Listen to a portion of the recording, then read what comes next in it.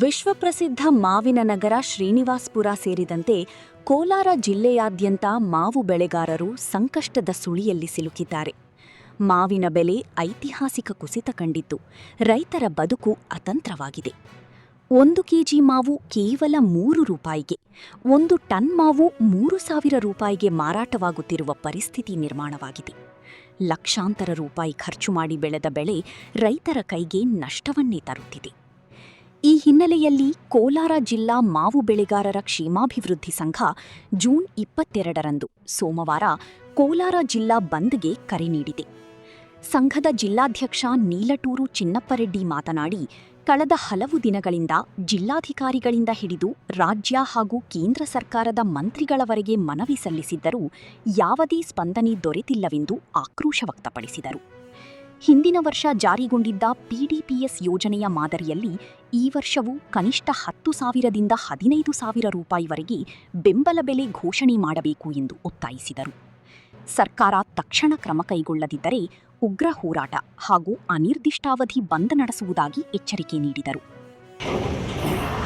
ಕೋಲಾರ ಜಿಲ್ಲೆಯ ಶ್ರೀನಿವಾಸ್ಪುರ ತಾಲೂಕಿನಲ್ಲಿ ಇವತ್ತು ಮಾವಿನ ಸುಗ್ಗಿ ಪ್ರಾರಂಭವಾಗಿದ್ದು, ಮಾವಿಗೆ ಬೆಲೆ ತೀವ್ರವಾಗಿ ಕುಸಿತ ಕಂಡಿದೆ. ಆದ ಕಾರಣ ನಾವು ಕೋಲಾರ ಜಿಲ್ಲೆಯಾದ್ಯಂತ ಸೋಮವಾರ ಬಂದ್ಗೆ ಕರೆ ಕೊಡ್ತಾ ಇದ್ದೀವಿ. ಮಾವು ಬೆಳೆಗಾರರ ಕ್ಷೇಮಾಭಿವೃದ್ಧಿ ಸಂಘದ ವತಿಯಿಂದ ಇವತ್ತು ಬರೀ 1 ಕೆಜಿ 3 ರೂಪಾಯಿ, 1 ಟನ್ 3,000 ರೂಪಾಯಿಗೆ ಬಿಕ್ರಿ ಆಗ್ತಾ ಇದೆ. ಇವತ್ತು ನಾವು ಸುಮಾರು 15 ದಿನಗಳಿಂದ ಇದರ ಕಾರ್ಯಪ್ರವೃತ್ತರಾಗಿ ಪತ್ರಗಳ ವ್ಯವಹಾರ ಇವತ್ತು ಜಿಲ್ಲಾಧಿಕಾರಿಗಳಿಂದ ಹಿಡಿದು ಪ್ರಿನ್ಸಿಪಲ್ ಸೆಕ್ರೆಟರಿಯಿಂದ ಹಿಡಿದು ಸರ್ಕಾರದ ಎಲ್ಲ ಮಂತ್ರಿಗಳು ಮತ್ತು ಈ ಭಾಗದ ಶಾಸಕರು ಎಲ್ಲರಿಗೂ ಸಹ ಮನವಿ ಪತ್ರಗಳನ್ನು ಕೊಟ್ಟಿದ್ದೇವೆ. ಆ ಮನವಿ ಪತ್ರಗಳಿಗೆ ಸ್ಪಂದಿಸಿ ಅಧಿಕಾರಿಗಳು ಕೂಡ ಕೇಂದ್ರ ಸರ್ಕಾರಕ್ಕೆ ಪ್ರಸ್ತಾವನೆಗಳನ್ನು ಸಲ್ಲಿಸಿದ್ದಾರೆ. ಕೇಂದ್ರ ಮತ್ತು ರಾಜ್ಯ ಸರ್ಕಾರಗಳು ಎರಡೂ ಸರ್ಕಾರಗಳು ಮೀನಾವೇಶ ಎಣಿಸ್ತಾ ಇದೆ. ಇವತ್ತು ಬೆಂಬಲ ಬೆಲೆಯನ್ನು ಘೋಷಣೆ ಮಾಡಿದೆ. ಹಿಂದಿನ ವರ್ಷವೂ ಈ ರೀತಿ ತೊಂದರೆ ಆದಂಥ ಸಂದರ್ಭದಲ್ಲಿ PDPS ಅನ್ನೋ ಒಂದು ಸ್ಕೀಮ್ನಲ್ಲಿ ಅವಾಗ ಬೆಂಬಲ ಬೆಲೆ ಘೋಷಣೆ ಮಾಡಿತ್ತು. ಅದು ಸಾಲದಿರ ಮಾಡಿತ್ತು. ಆದ್ದರಿಂದ ಈ ವರ್ಷ ಕನಿಷ್ಠ 10,000ರಿಂದ 15,000 ರೂಪಾಯಿಗಳ ಬೆಂಬಲ ಬೆಲೆಯನ್ನು ಕೂಡಲೇ ಘೋಷಣೆ ಮಾಡಬೇಕು. ಇಲ್ಲದಿದ್ದಲ್ಲಿ ನಾವು ಬಂದ್ಗೆ ಕರೆ ಮಾಡ್ತೀವಿ, ಉಗ್ರ ರೀತಿಯ ಹೋರಾಟಕ್ಕೆ ಮುಂದಾಗ್ತೀವಿ ಅಂತ ಎಚ್ಚರಿಕೆಯನ್ನು ಸಹ 3 ದಿನಗಳ ಹಿಂದೆ ಕೊಟ್ಟಿದ್ವಿ. ನಿನ್ನೆವರೆಗೂ ಶುಕ್ರವಾರದವರೆಗೂ ಕಾಲಾವಕಾಶವನ್ನು ಕೊಟ್ಟಿದ್ವಿ.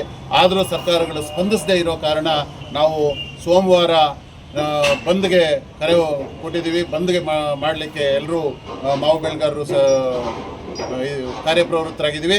ತಾಲೂಕಿನ ಮತ್ತು ಜಿಲ್ಲೆಯ ಎಲ್ಲ ಮಾವು ಬೆಳೆಗಾರರು ಒಗ್ಗೂಡಿ ಕುಟುಂಬ ಸಮೇತವಾಗಿ ಬಂದು ಬೀದಿಗಳಲ್ಲಿ ನಿಂತ್ಕೋಬೇಕು.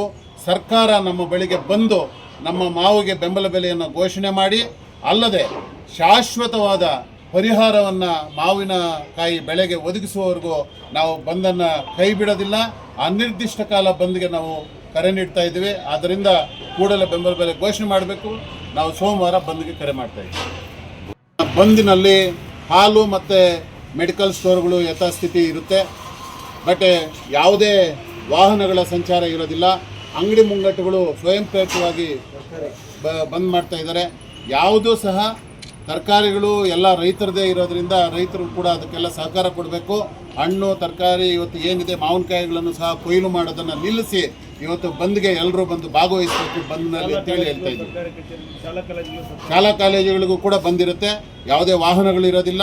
ಇವತ್ತು BEO ಏನು ನಮ್ಮ ಕ್ಷೇತ್ರ ಶಿಕ್ಷಣಾಧಿಕಾರಿಗಳು ಕೂಡ ಮನವಿ ಪತ್ರವನ್ನು ಕೊಟ್ಟಿದ್ದೀವಿ. ಇದರ ಪ್ರಯುಕ್ತ ಶಾಲೆಗಳು ಕೂಡ ಸೋಮವಾರ ಬಂದಾಗಬೇಕು ಅಂತೇಳಿ ಬಂದ್ ಮಾಡಿ ನಮ್ಮ ಮಾವು ಬೆಳೆಗಾರರಿಗೆ ಬೆಂಬಲ ಸೂಚಿಸಬೇಕು ಅಂತೇಳಿ ಮನವಿಯನ್ನು ಕೊಟ್ಟಿದ್ದೀವಿ. ಅವರು ಸ್ಪಂದಿಸಿದ್ದಾರೆ. ಆದ್ದರಿಂದ ಯಾವುದೇ ವಾಹನಗಳು ಎಲ್ಲ ಸ್ವಯಂ ಪ್ರೇರಿತವಾಗಿ ಬಂದನ್ನು ಮಾಡ್ತಾ ಇದ್ದಾರೆ. ಆದ್ದರಿಂದ ಎಲ್ಲ ಮಾವು ಬೆಳೆಗಾರರು ಬೀದಿಗೆ ಬಂದು ಒಂದು ಹೋರಾಟವನ್ನು ಮಾಡಬೇಕು ಅಂತೇಳಿ ಈ ಮೂಲಕ ಮಾಧ್ಯಮದ ಮುಖಾಂತರ ತಿಳಿಸ್ಕೊಡ್ತಾರೆ. ಜಿಲ್ಲೆ ಮಟ್ಟದ ತಾಲೂಕು ಮಟ್ಟದ ಜಿಲ್ಲೆ ಮಟ್ಟದ ಎಲ್ಲ ತಾಲೂಕುಗಳು.